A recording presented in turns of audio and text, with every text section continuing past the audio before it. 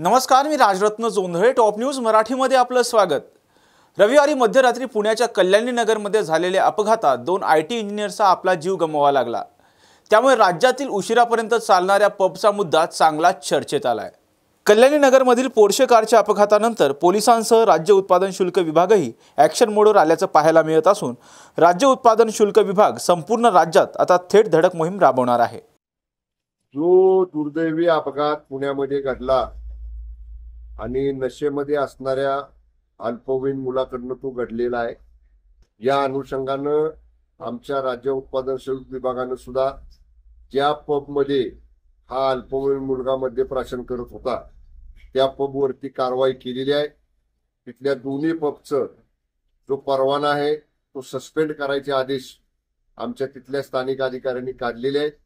आणि एवढंच नाही तर या पार्श्वभूमीवरती पब असतील, बार असतील, उशिरापर्यंत चालणारे मद्य पेय देणारे हॉटेल्स असतील, या सगळ्यांच्यासाठी एक धडक मोहीम तपासणीची आमच्या राज्य उत्पादन शुल्क विभागाकडून संपूर्ण राज्यामध्ये राबवली जाणार आहे.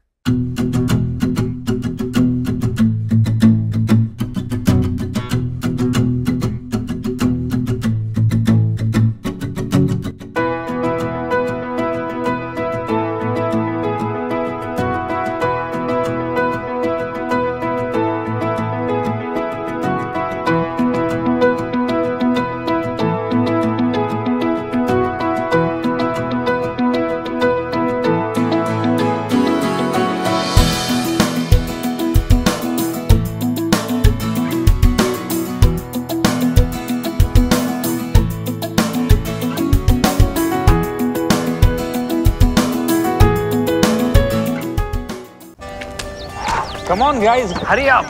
अरे सुन ना, एक ब्रेक ले लेते हैं. Guys, I'm telling you, तुम लोगों को सही से ट्रैकिंग नहीं आता. But that's okay, you can learn. रोज का ढक्कन देना. तो ये रेड वाला है, सही वाला देना. अबे ढक्कन, पहले तो सही पानी पीना.